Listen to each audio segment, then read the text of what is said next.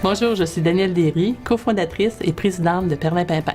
Alors, l'histoire de Perlimpinpin a commencé en 1986. À ce moment-là, je me suis associée avec une amie d'école, puis on est parti de notre première collection. On avait d'abord un commerce de détail, puis petit à petit, on a vendu nos collections à travers d'autres boutiques, pour commencer par le Québec, puis après ça l'Ontario, après ça tout un réseau de boutiques de vêtements pour enfants à travers le Canada. Au niveau de la distribution de nos produits, c'est sûr qu'au Canada, c'est notre plus gros marché. On est présent dans environ 350 points de vente au Canada. En fin de compte, le volet international de l'entreprise a commencé avec l'importation de produits, justement, parce qu'au début des années 2000, les quotas ont changé avec le gouvernement. Alors, les importations de Chine ont commencé à rentrer plus massivement ici.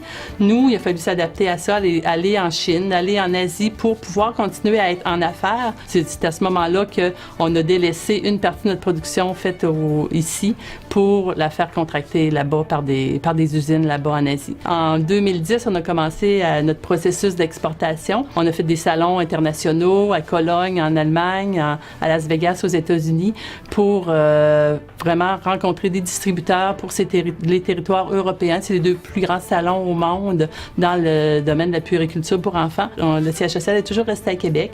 On distribue nos produits à travers le Canada, les États-Unis, en France, au Royaume-Uni, en Ukraine, en Afrique du Sud. Ici, on est une équipe d'une douzaine de personnes. Tous les produits sont conçus à Québec. Tout le contrôle de la qualité est fait à Québec. Toutes les commandes sont prises à partir du siège social à Québec. La première étape qu'on a faite, c'est qu'on a vraiment fait un travail de branding sur l'entreprise pour trouver l'essence puis l'identité de la marque, pour avoir un discours de marque. Parce que en s'en allant à l'international, nos compétiteurs deviennent la planète, deviennent des entreprises qui existent depuis toujours, des Européens, des Américains qui sont 10 fois plus gros que nous. Il fallait vraiment savoir qu'est-ce qu'on allait dire à ces gens-là puis quelles étaient nos particularités à nous, Perlimpinpin, puis se différencier des autres. Quand on a commencé, on est allé vers le Royaume-Uni parce qu'on avait quelqu'un sur place là-bas qui pouvait nous ouvrir des portes là-bas.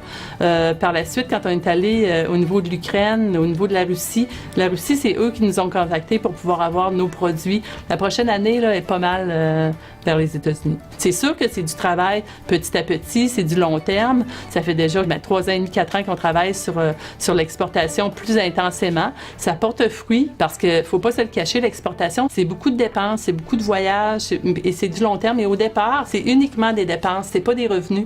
Puis petit à petit, ça donne des revenus. En fin de compte, nous, ce qu'on veut, c'est répondre aux besoins des parents.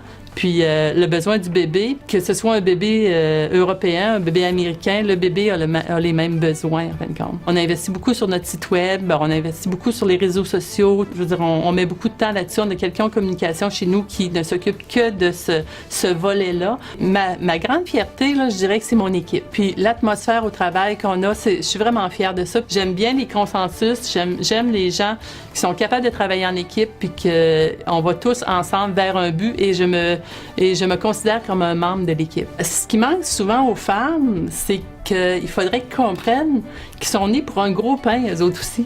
Tu sais, qu'ils sont pas nés pour un petit pain, puis de voir grand.